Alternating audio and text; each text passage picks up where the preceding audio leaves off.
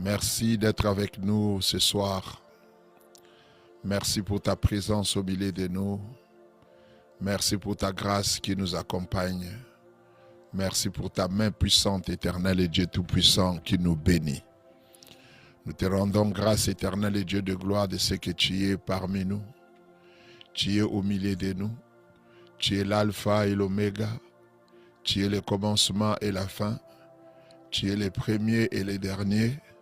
Tu es le Maître éternel, tu es le Roi des siècles, tu es le Dieu immortel, tu es le Prince de la paix, le Prince de la vie. Nous te disons merci, Père éternel et Dieu Tout-Puissant, pour ces moments merveilleux que nous allons passer ensemble dans ta présence pour partager ta parole, pour bénir le peuple de Dieu, pour apporter, Seigneur éternel, Dieu de gloire, en tant que dispensateur de la parole de Dieu, la partie que tu nous as confié, éternel et Dieu de gloire, pour contribuer à l'édification de l'Église et au perfectionnement des saints, en vue de l'œuvre du ministère. Père éternel et Dieu de gloire et de grâce, je prie que ton nom soit glorifié cet après-midi, pour la gloire du nom de Jésus.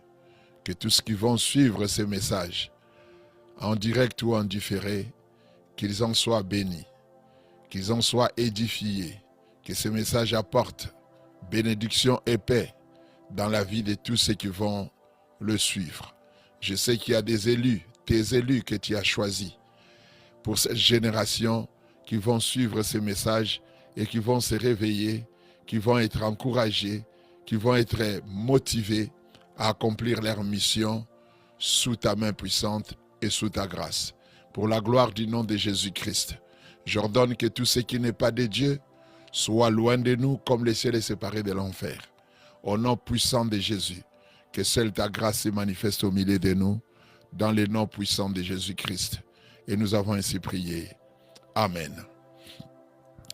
Très chers bien-aimés, je salue ceux dont je suis en train de voir là en ligne. Je salue ma fille Angélique Wanzambi. Je salue mon fils, le prophète Eliflam Ndomo Akin, un homme de Dieu très puissant, un homme de Dieu qui marche sous la grâce du Seigneur. Je te salue dans le nom de Jésus. Et je demande à tous ceux qui vont nous suivre maintenant et à tous ceux qui vont nous suivre en différé de partager cette vidéo. Et je crois indubitablement que c'est un message prophétique que l'Éternel a envoyé pour cette saison, afin d'édifier son Église, de perfectionner les saints et de toucher les cœurs de ses enfants pour qu'ils profitent bien de la grâce qu'il les a fait à travers Jésus-Christ. Bien-aimés dans le Seigneur, que Dieu vous bénisse. Nous allons traiter un sujet très important, comme vous avez vu là au-dessus, au milieu de la décadence ecclésiastique. Dieu garde encore des hommes et des hommes de conviction, des hommes de loyauté.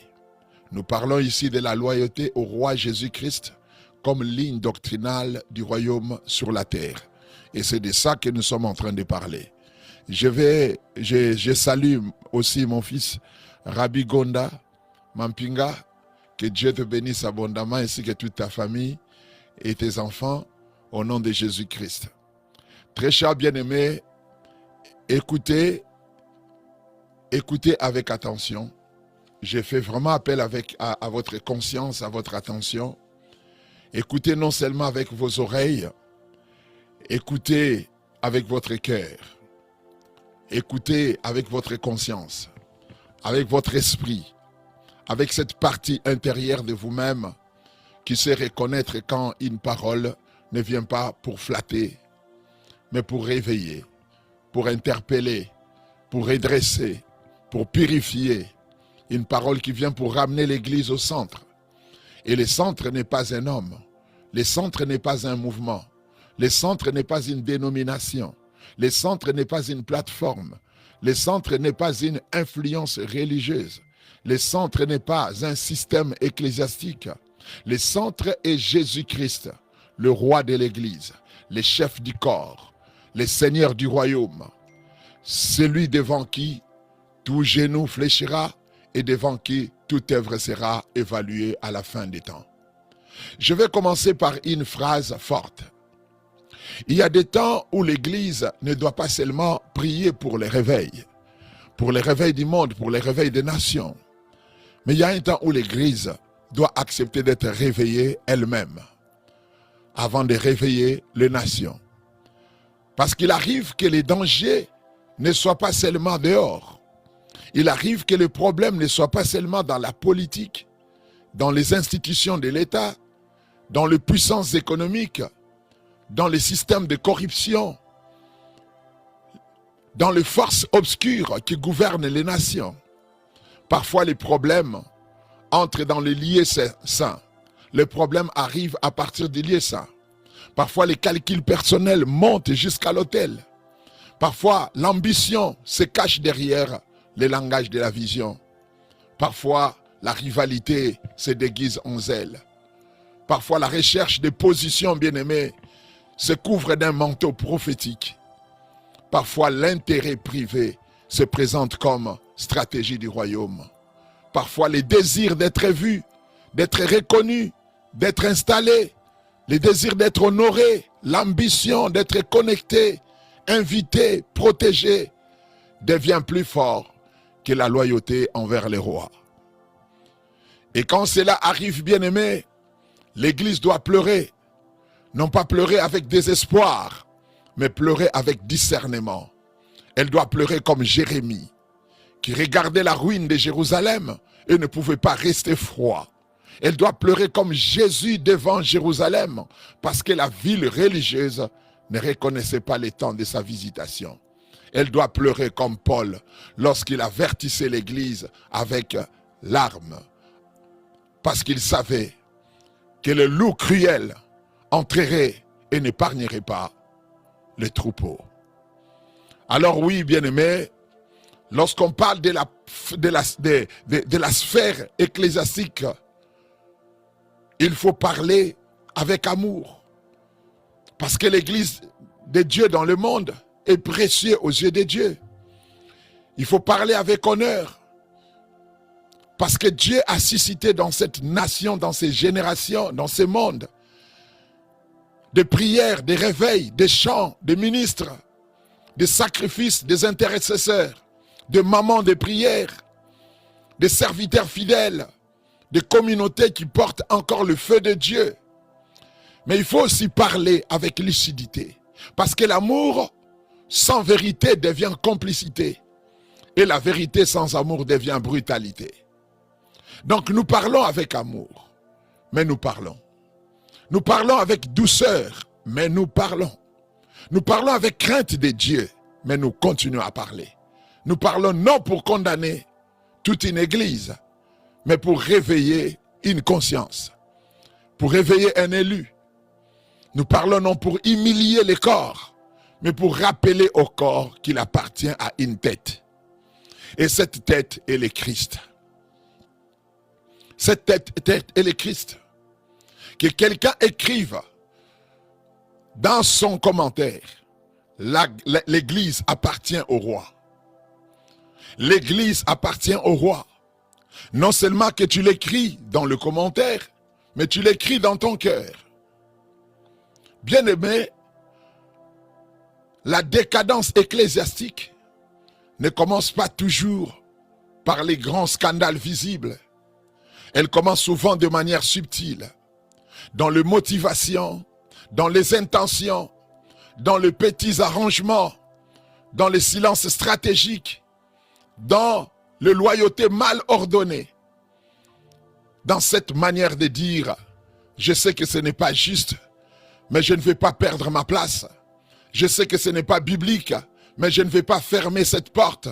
Je sais que cette alliance est dangereuse, mais elle peut m'apporter quelque chose.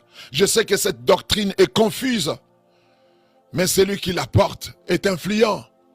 Je sais que cette pratique attriste le Saint-Esprit, mais si je parle, je serai isolé, je serai rejeté par la communauté. Voyez-vous, bien-aimés, la décadence commence lorsque la conscience commence à négocier. Lorsque la conscience commence à négocier, elle commence lorsque l'on ne demande plus. Que dit Dieu? lorsqu'on ne pose plus la question, que dit Dieu? Mais plutôt, qu'est-ce que cela va m'écouter si j'obéis à Dieu? Si je fléchis devant Dieu, qu'est-ce que cela va m'écouter? La décadence plutôt commence lorsque l'on ne demande plus quelle est la vérité. Quelle est la vérité de la parole de Dieu? Mais plutôt, quelle vérité puis-je me permettre de dire sans perdre mes avantages? La décadence commence là.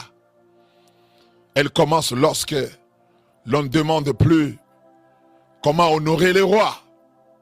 Comment honorer le roi Jésus-Christ lui-même.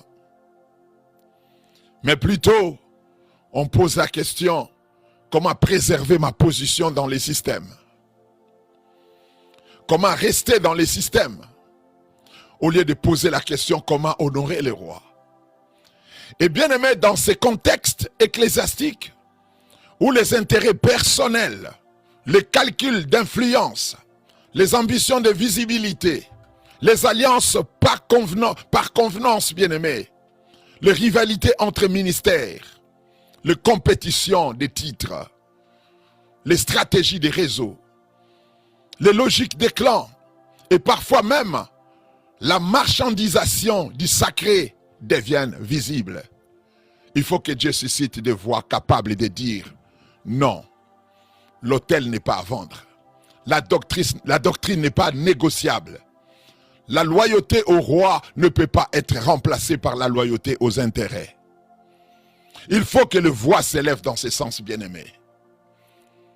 Alléluia. J'aimerais bien que quelqu'un puisse écrire dans le commentaire. L'autel n'est pas à vendre.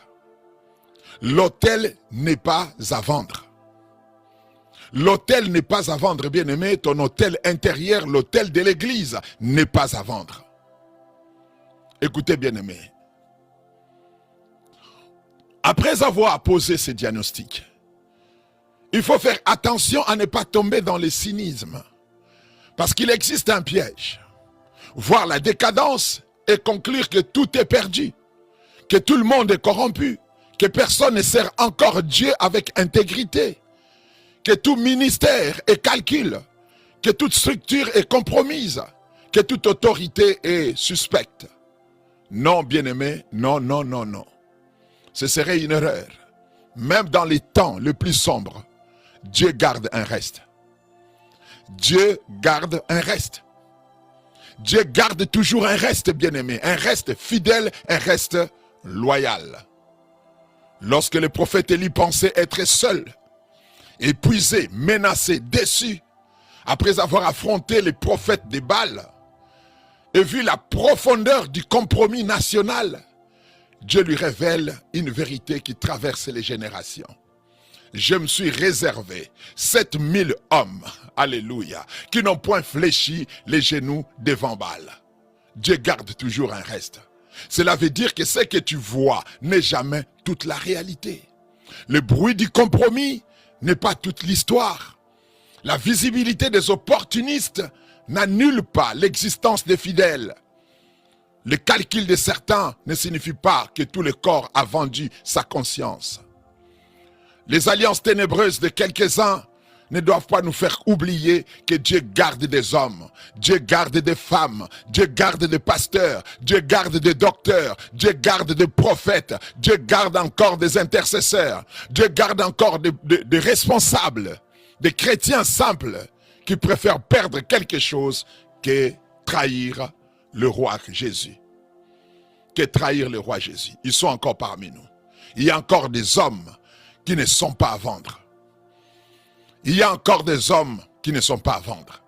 Il y a encore des serviteurs qui ne modifient pas leur message selon l'invitation reçue. Yes. Il y a encore des pasteurs qui prêchent la vérité même quand cela ne remplit pas immédiatement la salle. Même quand cela n'est pas suivi totalement ou automatiquement sur les réseaux sociaux. Il y a des prophètes qui refusent de transformer la prophétie en commerce émotionnel. Il y a encore des docteurs qui gardent la saine doctrine, même quand la foule préfère les sensations. Il y a encore des intercesseurs cachés qui pleurent pour la nation, qui pleurent pour le monde, qui pleurent pour les familles de la terre, qui pleurent dans la présence de Dieu pour l'Église. Il y a encore des hommes qui acceptent d'être moins visibles pour rester plus fidèles à Dieu. Il y a encore des femmes de Dieu, des servantes de Dieu qui refusent de fléchir devant les idoles du moment. Il y a encore un reste, bien-aimé, je l'ai dit, il y a encore un reste. Alléluia. Que quelqu'un écrit, il y a encore un reste. Que quelqu'un puisse écrire, il y a encore un reste. Et ce reste n'est pas toujours bruyant. Il n'est pas toujours médiatisé. Il n'est pas toujours invité aux grandes plateformes. Il n'est pas toujours photographié. Il n'est pas toujours reconnu par les systèmes religieux. Mais il est connu de Dieu. Il est connu du ciel. Il a l'approbation du ciel. Et parfois, bien-aimé, l'avenir spirituel d'une nation ne repose pas sur le plus visible, mais sur le plus fidèle. Sur le plus fidèle. Oh, que quelqu'un entende cela. Que quelqu'un écoute cela. Dieu n'a jamais bâti son avenir seulement avec le plus bruyant. Souvent, il l'a bâti avec ceux qui ont gardé l'autel dans les secrets. Ceux qui ont gardé l'autel dans les secrets. Alléluia. Le vrai combat que nous avons aujourd'hui dans l'église, c'est le combat de qui règne réellement dans l'église. C'est la bataille de qui règne réellement dans l'église. La crise la plus grave de la sphère ecclésiastique n'est pas d'abord une crise de bâtiment. Ce n'est pas d'abord une crise de programme, de finances, de titres. Ce n'est pas d'abord une crise de position ou de structure. Toutes ces choses peuvent être importantes, mais elles ne sont pas la racine. La question la plus profonde est celle-ci. Qui règne réellement? Qui règne réellement? Est-ce c'est Jésus-Christ qui règne? Ou est-ce l'ambition humaine? Et c'est la parole qui gouverne? Ou est-ce le calcul stratégique? Et c'est la doctrine du royaume qui trace la ligne? Ou est-ce l'intérêt personnel qui redessine les frontières? Et c'est le Saint-Esprit qui conduit? Ou est-ce la peur de perdre une place? Et c'est le roi qui décide? Et c'est le système qui dicte ce qu'il faut dire et ce qu'il ne faut pas dire ou ce qu'il faut taire? Parce qu'il est possible de crier Jésus est Seigneur. Il est possible de le dire Jésus est Seigneur. Et de gérer l'œuvre comme s'il n'était qu'un décor religieux. Il est possible de chanter Christ règne et de se comporter dans l'église comme si l'église appartenait aux hommes. Il est possible de parler du royaume tout en bâtissant un royaume personnel. Il est possible, bien-aimé, d'utiliser le nom du roi pour renforcer son propre trône. Il est possible que les hommes puissent faire cela. Jésus a dit dans sa parole, je bâtirai mon église. Il a dit, je bâtirai mon église. Il n'a pas dit, je t'ai appelé et je bâtirai ton empire. Je bâtirai ta marque personnelle. Je bâtirai ta domination spirituelle. Je bâtirai ton réseau d'influence. Je bâtirai ton héritage familial privé. Je bâtirai tes ambitions cachées sous un vocabulaire biblique. Non, il a dit de manière aussi claire, mon église. Le mot mon doit nous faire trembler. Le mot mon là, dans mon église, doit nous faire trembler. Il signifie propriété privée. Il signifie autorité. Il signifie seigneurie. Il signifie que l'église a un chef. Elle a un roi. Elle a une tête. Elle a un maître. Elle n'est pas une entreprise privée. Elle n'est pas une scène pour l'ego religieux. Elle n'est pas un marché d'influence, l'église. L'église n'est pas un héritage dynastique. Elle n'est pas un club de promotion mutuelle. ou entre amis, on se fait la promotion sur la chair de l'église. Elle est l'église du roi Jésus. Elle est l'église du roi Jésus. Et dès que les hommes oublient que l'église appartient à Christ, ils commencent à se comporter comme des propriétaires du sacré.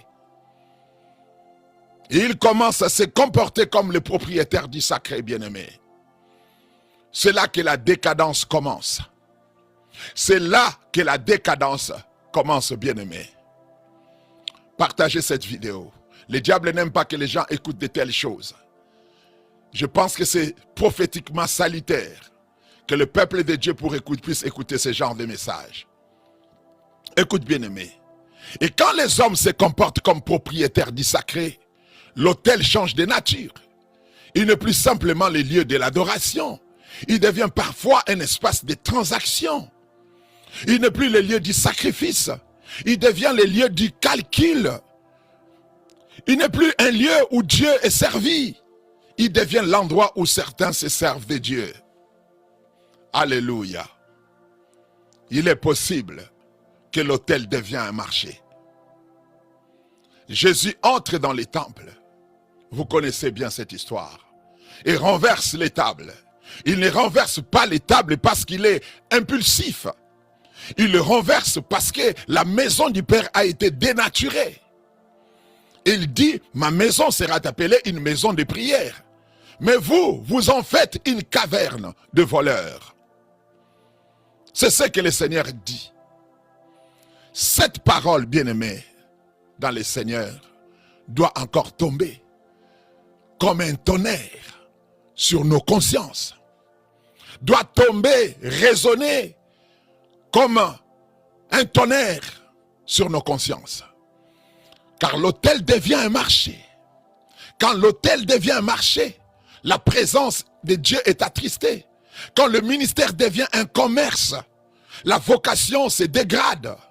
Quand l'appel devient une stratégie de promotion personnelle, l'huile est mélangée, bien-aimé. L'huile est mélangée.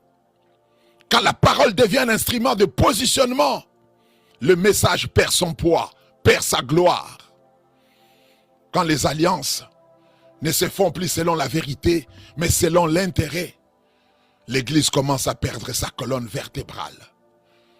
Quand les serviteurs cherchent davantage la couverture des puissants que l'approbation de Christ, la maison de Dieu devient vulnérable à la manipulation des gens qui sont dehors.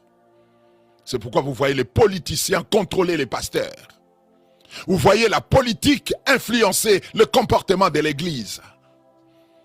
Parce que, bien-aimés, les serviteurs cherchent davantage de couverture de la force de l'État. Attention, bien-aimés. Le problème n'est pas que l'Église ait besoin de ressources.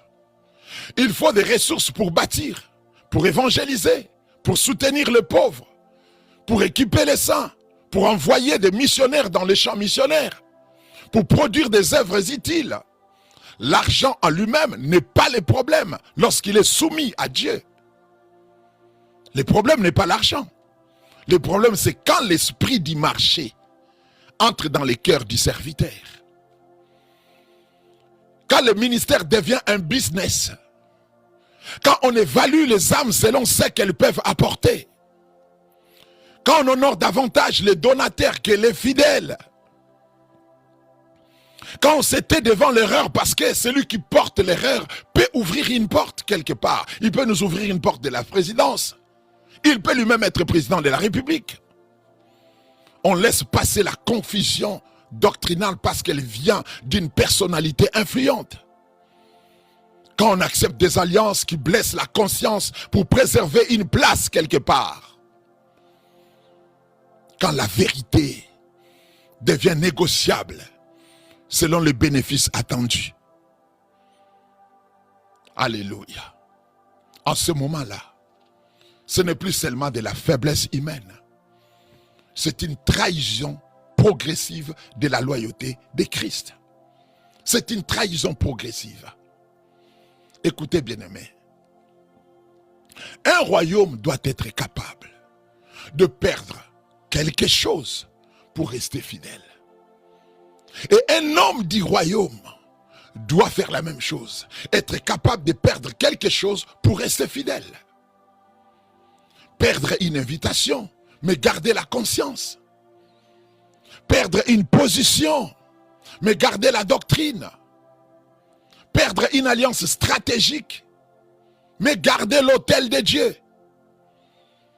Perdre une opportunité, mais garder la loyauté au roi Jésus. Garder la loyauté au roi Jésus. Perdre une reconnaissance humaine, mais garder l'approbation du ciel, l'approbation de Dieu. Parce que la vraie question n'est pas qu'est-ce que je gagne si je me tais. La vraie question est qu'est-ce que je perds devant Dieu si j'ai trahi la vérité. C'est ça la vraie question. Les hommes de conviction, bien-aimés, ne sont pas gouvernés par les calculs, mais par l'alliance qu'ils ont avec leur Dieu. Alléluia. Essayez un peu de définir ce que nous appelons ici un homme de conviction. Dieu garde encore des hommes de conviction. Un homme de conviction n'est pas un homme naïf. Il n'est pas un homme sans intelligence. Il ne méprise pas la stratégie. Il ne refuse pas l'organisation. Il ne confond pas spiritualité et désordre. Non, un homme de conviction peut être sage, stratégique, organisé, prudent, intelligent, diplomate aussi. Mais il sait que toute stratégie doit rester soumise à l'alliance avec Dieu. Il y a une différence entre la stratégie du royaume et les calculs personnels. Il y a une grande différence. La stratégie du royaume demande comment servir fidèlement ce que Dieu m'a confié. C'est ça la stratégie du royaume. Comment servir fidèlement ce que Dieu m'a donné. Et de l'autre côté, les calculs personnels demandent comment protéger ma place, comment protéger mon image, comment protéger mon avantage, mon accès, comment protéger mon influence. La stratégie du royaume cherche l'obéissance. Les calculs personnels cherchent la survie de l'ego, la survie du moi. Alléluia. Si je vais plus loin, je dirais que la stratégie du royaume accepte parfois de perdre pour rester vrai. Mais les calculs personnels acceptent parfois de trahir pour rester visible, pour rester accessible. Voyez Daniel. Daniel n'était pas stupide. Daniel était brillant, compétent, instruit, très instruit, excellent, capable de servir dans des systèmes très complexes. Mais Daniel avait une ligne. Il pouvait servir dans Babylone sans appartenir spirituellement à Babylone. Il pouvait être dans un palais étranger sans laisser le palais définir son hôtel. Il pouvait être utile à un royaume terrestre sans trahir le royaume de Dieu. Les 3 compagnons de Daniel avaient aussi une ligne. Ils ont dit au roi, notre Dieu peut nous délivrer. Mais même s'il ne le fait pas, nous ne servirons pas tes dieux. Même si Dieu ne nous délivre pas, nous ne servirons pas tes dieux. Voilà la conviction. Voilà la conviction. Même si je perds, je ne me prosterne pas. Je ne me prosterne pas. Dans la Bible, Michée, fils de Jimla, avait une ligne. 400 prophètes pouvaient dire ce que le roi voulait entendre. Mais lui savait qu'un prophète ne doit pas vendre la parole pour plaire au pouvoir. Comme nous voyons le cas aujourd'hui dans notre pays, la République démocratique du Congo. Vous savez, j'aime le président de la République. J'aime Fachi. J'aime le travail qu'il fait. Mais sauf que je suis contre l'idée que l'Église soit instrumentalisée pour satisfaire les ambitions d'un pouvoir, les ambitions d'un régime, L'Église appartient à Jésus. Elle ne peut être instrumentalisée que pour la cause du royaume, pas pour d'autres causes. La chair de l'Église est un endroit où on parle de Jésus, où on parle du roi Jésus, où on parle de la constitution céleste, où on parle de la constitution du royaume. La chair de l'Église n'est pas un endroit approprié pour faire la politique. Je soutiens l'Église. J'ai soutenu le président Fachi dans mon pays. J'ai soutenu en 2018. J'ai soutenu à l'époque de Papa Etienne Tshisekedi. Mais sauf que je ne me suis jamais servi de ma plateforme religieuse ou ecclésiastique pour parler politique. La chair de l'Église reste sacrée, bien-aimé. Ça reste sacré. Il y a des gens qui sont là, mais qui ne disent pas la vérité, même au président. Il y a des choses qui se passent, qui ne doivent pas être compatibles à la foi. Un pays confié à Dieu, et dans le même pays, on va consacrer un lieu très saint. Une terre sainte. On va consacrer une terre sainte dans un pays consacré à Dieu. Une terre sainte. Une Jérusalem sur la terre. Et nous savons tous que la Jérusalem viendra du ciel. Nous le savons que la Jérusalem viendra du ciel. Mais il n'y a aucun pasteur qui peut dire au pouvoir que cela n'est pas faisable pour un président chrétien. Je ne suis pas contre les kimbanguistes. Ils ont leur foi, ils ont leurs convictions. Mais nous devons comprendre les frontières. Nous devons comprendre les limites.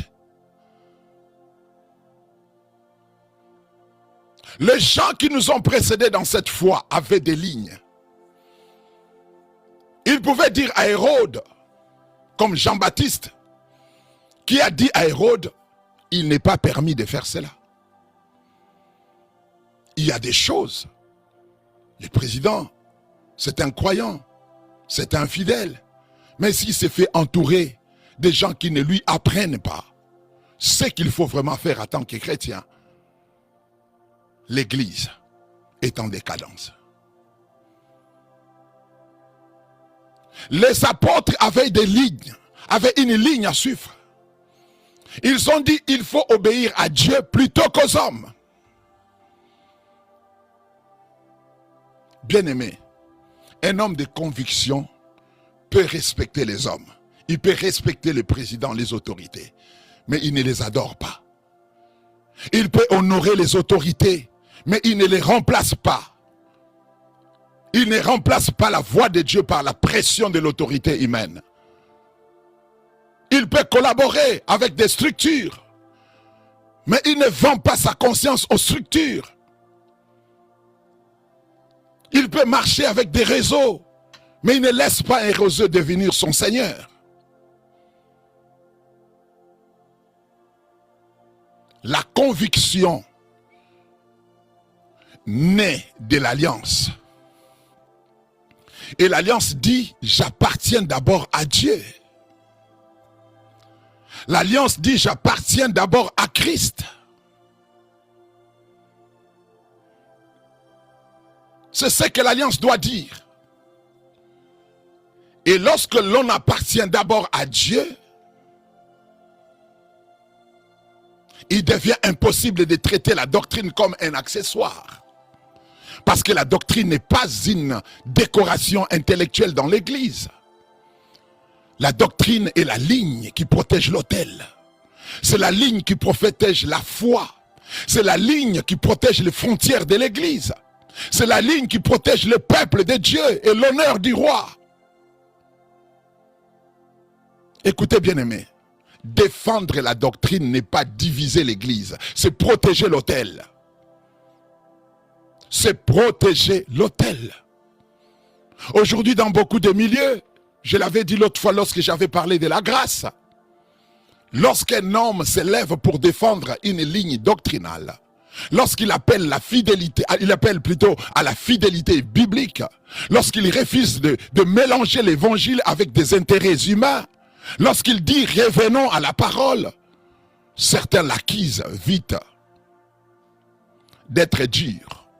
d'être religieux, d'être orgueilleux, d'être diviseur, fermé, opposant, anachronique, antidaté, rebelle, trouble-fête. Mais depuis quand défendre la doctrine du Christ est-il devenu une menace pour l'Église? Depuis quand? Depuis quand défendre la parole de Dieu, la vérité des Écritures, peut devenir une menace pour l'Église? Depuis quand? L'apôtre Paul écrit à Timothée: prends garde à toi-même et à ton enseignement. Persévère dans ces choses, car en agissant ainsi, tu te sauveras toi-même et tu sauveras ceux qui t'écoutent. Paul ne dit pas seulement, prends garde à ta popularité, prends garde à tes connexions, prends garde à ton image, prends garde à ta plateforme, prends garde à ton réseau. Paul ne dit pas ça. Il dit clairement, prends garde à ton enseignement. Prends garde à ton enseignement. Pourquoi? Parce que l'enseignement façonne les âmes. Une doctrine déformée produit une spiritualité déformée. Une grâce mal enseignée produit des croyants qui justifient la désobéissance. Une autorité mal enseignée produit des abus. Alléluia. Nous devons le savoir. Une prophétie mal enseignée produit la manipulation. Une prospérité mal enseignée produit la cupidité dans l'église. Et voire même une liberté mal instruite produit l'anarchie spirituelle. C'est pourquoi nous avons des rebelles partout. Quelqu'un peut se lever un beau matin, il commence son église sans aucune discipline spirituelle. Quelqu'un peut se réveiller un beau matin sans avoir connu Jésus et il installe ses instruments, il bâtit son hôtel et les gens viennent prier là. Ça, c'est de l'anarchie spirituelle. Nous devons savoir, bien-aimés, que la doctrine est la colonne vertébrale de l'Église. La doctrine est la colonne vertébrale de l'Église. Sans doctrine, une Église peut chanter fort, mais marcher faux. Elle peut prier longtemps, mais discerner peu la volonté de Dieu. Elle peut prophétiser beaucoup, mais tester rarement les esprits. Elle peut avoir des foules, mais perdre la vérité. Elle peut multiplier les événements, les activités, mais perdre la formation des disciples. Elle peut avoir du bruit, mais manquer des fondations, manquer des racines. Bien-aimé, défendre la doctrine, ce n'est pas défendre les opinions, une opinion personnelle. C'est défendre la fidélité au roi. C'est défendre la fidélité au roi Jésus. Bien sûr, il existe des sujets secondaires sur lesquels les frères peuvent dialoguer avec humilité. Mais il existe une ligne non négociable. Il existe une ligne non négociable.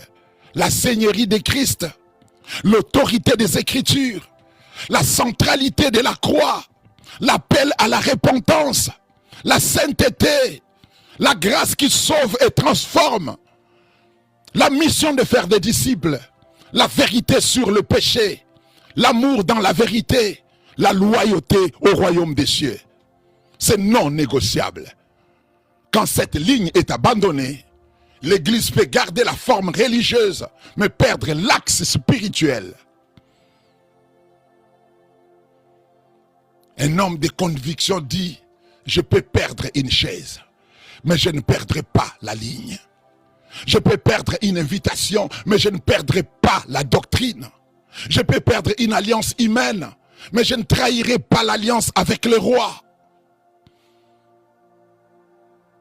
Je peux être mal compris, Mais je ne livrerai pas l'autel au compromis. Non. Vous devez savoir ceci, bien-aimé. La loyauté au roi Jésus est supérieure à la loyauté au système. La loyauté au roi Jésus est supérieure à la loyauté aux systèmes humains. Bien-aimé, je vais un peu parler de la loyauté. La loyauté est une belle chose. Mais lorsqu'elle est bien ordonnée, il est bon d'être fidèle. Il est bon d'honorer ceux que Dieu a placés dans notre vie. Il est bon de respecter les autorités spirituelles. Il est bon de marcher dans l'honneur, la reconnaissance, la gratitude, la stabilité, l'engagement, la fidélité relationnelle. C'est important. Mais la loyauté devient dangereuse lorsqu'elle remplace l'obéissance à Christ. Lorsqu'elle remplace l'obéissance à Christ, elle devient dangereuse. Lorsqu'une loyauté envers un leader t'oblige à trahir la parole de Dieu, ce n'est plus de la loyauté, c'est de l'idolâtrie. Lorsqu'une loyauté envers un système t'oblige à fermer les yeux sur l'injustice, ce n'est plus de la fidélité, c'est de la captivité. Lorsqu'une loyauté envers un réseau t'oblige à renier la doctrine, ce n'est plus de l'honneur, c'est de la compromission, bien-aimé, c'est de la compromission. Lorsqu'une loyauté envers un camp devient plus fort que la loyauté envers la vérité, l'ordre spirituel est renversé. Il y a des gens plus fidèles à leur camp qu'à Christ. Il y a des gens plus fidèles à leurs églises qu'à Christ. Il y a des gens plus fidèles à leur communauté qu'à Jésus-Christ. Il y a des gens plus fidèles à leurs églises qu'à Jésus-Christ. Il y a des gens plus fidèles à leurs pasteurs, à leurs leaders qu'à Jésus-Christ. Et là, ça devient dangereux. Il y a des gens plus fidèles à leur chef qu'à l'écriture. Il y a des gens plus fidèles à leur réseau qu'à leur conscience. Il y a des gens plus fidèles à leur position qu'au royaume. Plus fidèles à leurs avantages qu'au roi Jésus. Mais la loyauté du royaume commence par les rois. La loyauté du royaume commence par les rois. Paul dit que Christ est avant toute chose. Donc il doit être avant mes intérêts, avant mes titres, avant mes relations, avant mon image, avant mes stratégies, avant mes alliances, avant ma sécurité, avant même mes rêves ministériels. Il doit être avant toutes ces choses. Si Christ est vraiment roi, alors certaines portes deviendront trop coûteuses. Certaines alliances deviendront trop dangereuses. Certains silences deviendront trop lourdes.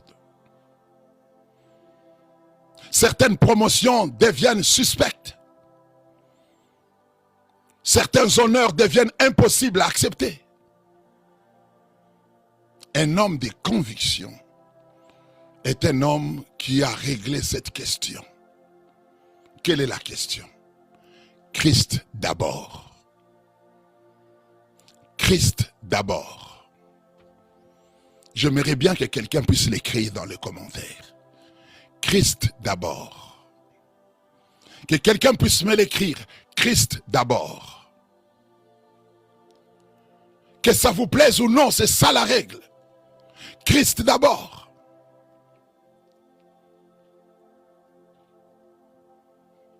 Mais dire Christ d'abord n'est pas seulement une phrase des chants. Cela devient réel car il faut payer un prix.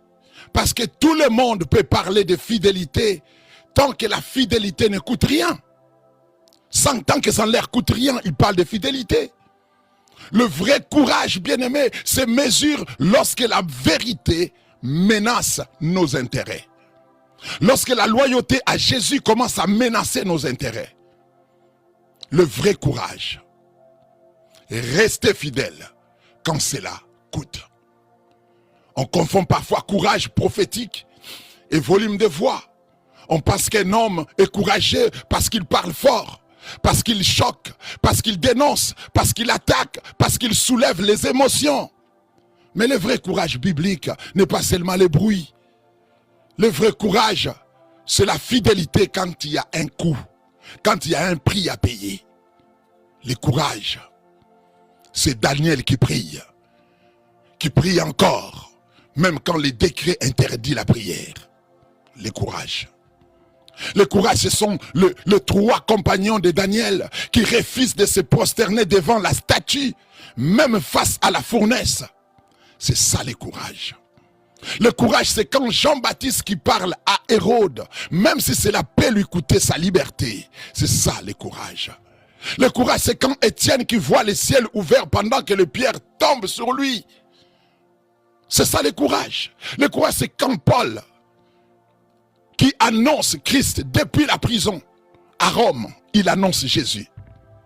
Le courage, c'est Jésus à Gethsemane qui dit non pas ma volonté, mais la tienne. C'est ça le courage. Le courage n'est pas l'absence de peur. Le courage, c'est l'obéissance plus forte que la peur. C'est ça le courage. J'ai peur, mais j'obéis à Dieu. Et dans la sphère ecclésiastique, il faut ce courage. Le courage de refuser les arrangements qui tuent la conscience. Le courage de dire non aux invitations qui exigent le silence. Le courage de ne pas vendre une doctrine pour obtenir une reconnaissance. Le courage n'est pas sacrifier la vérité pour rester dans le bon cercle. Le courage de dire, je ne suis pas contre les hommes, mais je suis pour le roi. Le courage de dire, je ne cherche pas la guerre, mais je refuse la trahison silencieuse. Je ne vais pas diviser, mais je ne peux pas construire l'unité sur le mensonge. Je respecte les hommes, mais je n'appartiens pas aux hommes. C'est ça le courage. Voilà l'esprit des hommes de conviction dont Dieu a besoin dans cette génération. Vous devez savoir une chose, bien-aimée, que Dieu cherche des sentinelles, pas des opportunistes. Dans Ézéchiel, Dieu parle de la sentinelle. Une sentinelle n'est pas placée sur la muraille pour être admirée. Il est placé pour veiller. Il n'est pas là pour flatter la ville. Elle est là pour avertir la ville. Elle n'est pas là pour dormir pendant que les dangers approchent. Elle est là pour sonner de la trompette quand les dangers arrivent. Alléluia. Alléluia. La sentinelle demande, qu'est-ce que Dieu dit? C'est ce que la sentinelle demande. Qu'est-ce que Dieu dit? Mais l'opportuniste dans l'église demande, qu'est-ce qui me profite? Qu'est-ce que je vais gagner dans tout ça? La sentinelle veille, même quand personne ne l'applaudit. Même quand personne ne l'écoute. L'opportuniste apparaît quand il y a un avantage. La sentinelle avertit quand les dangers approchent. Mais l'opportuniste se tait si l'avertissement peut lui coûter une relation. Ah, il se tait. La sentinelle protège le peuple. L'opportuniste protège sa place. L'Église a besoin des sentinelles. Des hommes qui sentent la confusion avant qu'elle ne devienne institutionnelle.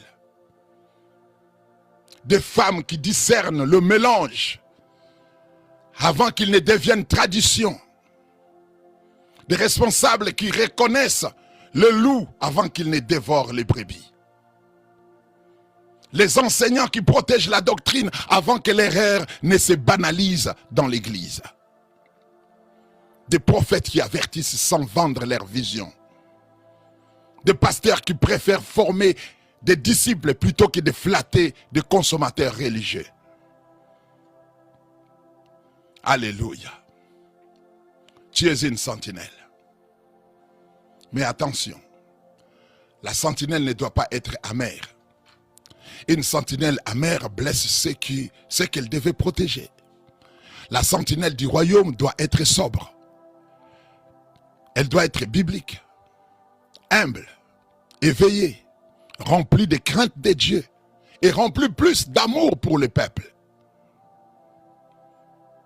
Elle avertit, non pas parce qu'elle déteste la ville, mais parce qu'elle aime la ville. Nous parlons ici non pas parce que nous n'aimons pas l'église, nous aimons l'église, c'est pourquoi nous parlons. Nous aimons l'église, c'est pourquoi nous parlons. Personne ne va me payer. Personne ne va me donner de l'argent ici. Et si Dieu cherche des sentinelles, c'est parce qu'il y a une ligne à garder. Non pas une ligne humaine, non pas une ligne de clan, non pas une ligne de domination institutionnelle, mais une ligne du royaume.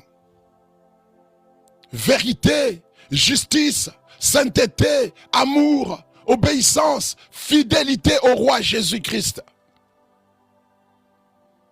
La ligne doctrinale du royaume, c'est ça. Quand nous parlons d'une ligne doctrinale du royaume sur la terre, nous ne parlons pas d'une rigidité morte. Nous ne parlons pas d'un orgueil doctrinal. Nous ne parlons pas d'une attitude qui méprise ceux qui ne comprennent pas encore. Nous parlons d'un axe spirituel. Il y a un axe spirituel. Christ est roi. Sa parole fait autorité. Son esprit sanctifie. Son royaume avance dans la vérité, la justice, la sainteté, l'amour et la fidélité. Le royaume n'est pas seulement un vocabulaire, bien-aimé. Le royaume n'est pas seulement un vocabulaire. C'est un gouvernement. Si nous disons royaume, royaume, alors il faut accepter le règne du roi. Si nous disons royaume, alors il faut accepter les normes du roi. Si nous disons royaume, alors il faut accepter que l'église ne fonctionne pas selon Babylone ou selon les hommes.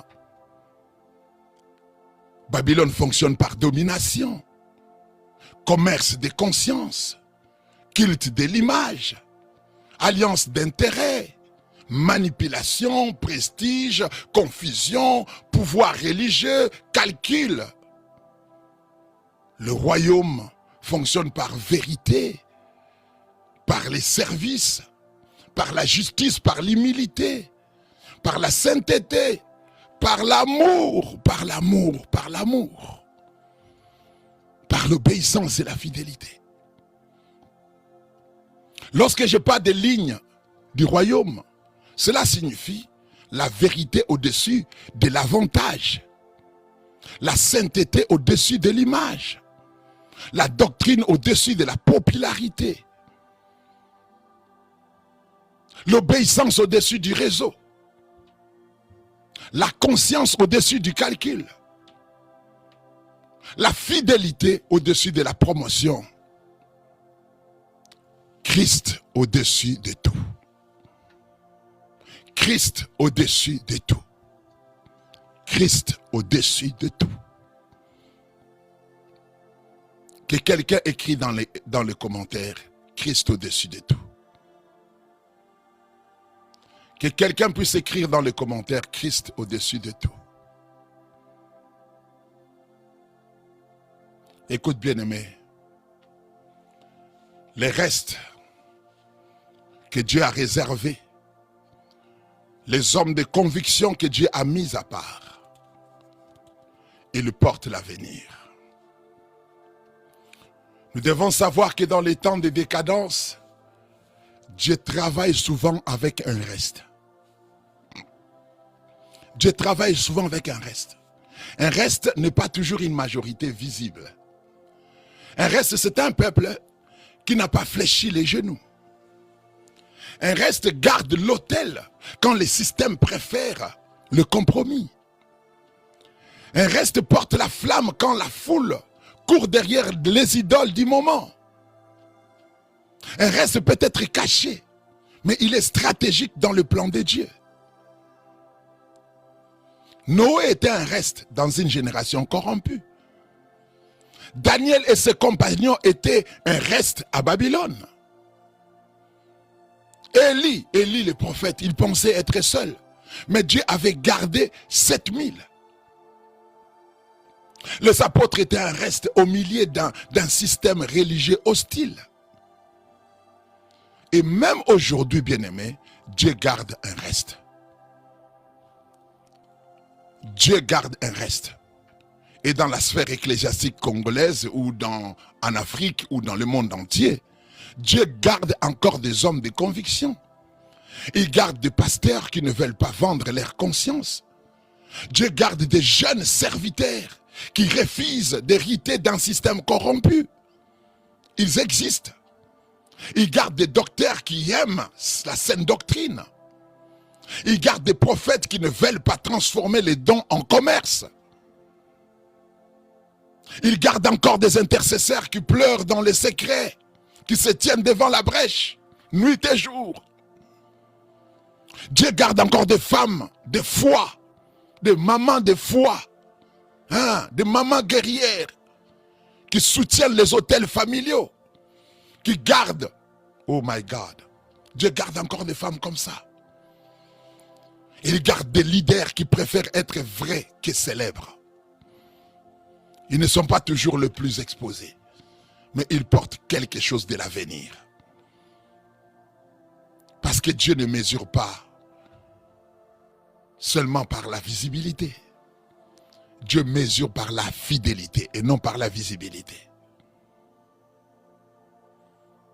Je vais m'arrêter. Serviteurs de Dieu, à qui êtes-vous loyaux? Permettez-moi de poser une question qui doit tomber dans nos cœurs. Et je le crois, comme une épée, mais une épée de guérison. Pas une épée qui blesse. Serviteur de Dieu, pasteur, prophète, évangéliste, docteur, apôtre, chantre, responsable, ancien, évêque, intercesseur, théologien, leader, bâtisseur d'œuvres. À qui êtes-vous loyaux? À Christ ou à votre intérêt? À la doctrine ou à votre position? Au royaume ou à votre réseau? À la vérité ou à votre sécurité? À la croix ou à votre image? À l'autel ou à votre trône? À l'évangile ou à votre avantage? Au roi ou au système? Je prie que cette question ne vienne pas pour humilier. Elle vient pour sauver. Parce qu'il vaut mieux être corrigé par Dieu maintenant que d'être exposé par les jugements du roi plus tard. Dans Apocalypse, Jésus marche au milieu des chandeliers. Il parle aux églises. Il dit quelque part, je connais tes œuvres. Il parle aux églises. Il dit, je connais tes œuvres. Il connaît. Il connaît les œuvres visibles et les motivations cachées. Il connaît les sermons et les calculs. Il connaît les dons et les ambitions. Il connaît les sacrifices et les compromis. Il connaît les alliances secrètes. Il connaît les silences intéressés. Il connaît les fidélités cachées. Il connaît ceux qui ont vendu la ligne. Il connaît ceux qui ont souffert pour la garder aussi. Rien n'est caché devant le roi. Rien n'est caché devant le roi. Il est temps, bien-aimé, que Dieu suscite une génération de conviction. Il est temps que Dieu suscite une génération de conviction. Une génération qui ne confond pas succès et approbation divine. Une génération qui ne confond pas foule et vérité. Une génération qui ne confond pas influence et fidélité. Une génération qui ne confond pas éloquence et doctrine. Une génération qui ne confond pas prophétie et manipulation. Une génération qui ne confond pas couverture spirituelle et contrôle. Une génération qui ne confond pas unité et silence devant l'erreur. Il faut des hommes qui peuvent dire comme Josué: moi et ma maison, nous servirons l'Éternel. Il faut des hommes qui peuvent dire comme les apôtres de Jésus, au milieu de la persécution: nous ne pouvons pas ne pas parler de ce que nous avons vu et entendu. Il faut des hommes qui peuvent dire ça. Il faut des hommes qui peuvent dire comme Paul: je ne fais pour moi-même aucun cas de ma vie, pourvu que j'accomplisse ma course. Il faut des hommes qui peuvent dire comme Jésus-Christ: ma nourriture est de faire la volonté de celui qui m'a envoyé. Il faut des hommes qui peuvent dire ça. Des hommes dont la conscience n'est pas à vendre.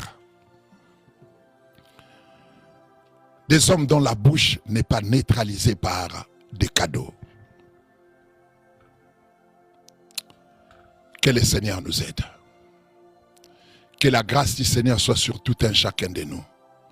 Que celui qui a écouté ces messages puisse décider, s'il était dans le compromis, de se repentir.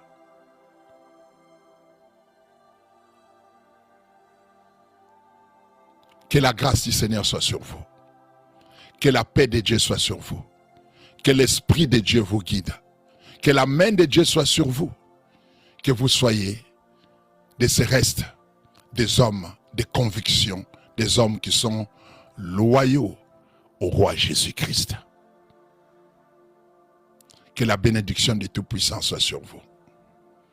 C'était l'école de l'Esprit avec le maître Abraham. Si vous voulez me contacter, écrivez-moi inbox par Messenger. Et nous avons une prière que nous faisons chaque soir de 22h à 23h dans notre plateforme de la prière gagnante. Vous pouvez aussi vous joindre à nous et commencer à prier ensemble avec nous. Que Dieu vous bénisse. Gloire au roi Jésus. Fidélité au roi Jésus. Loyauté au roi Jésus. Loyauté et fidélité à la doctrine du roi Jésus et à la parole de Dieu, ainsi qu'au Saint-Esprit. Que Dieu vous bénisse. Partagez cette vidéo, partagez-les dans le groupe, dans les plateformes. Demandez aux gens d'écouter cette parole et ils seront bénis. Bye bye.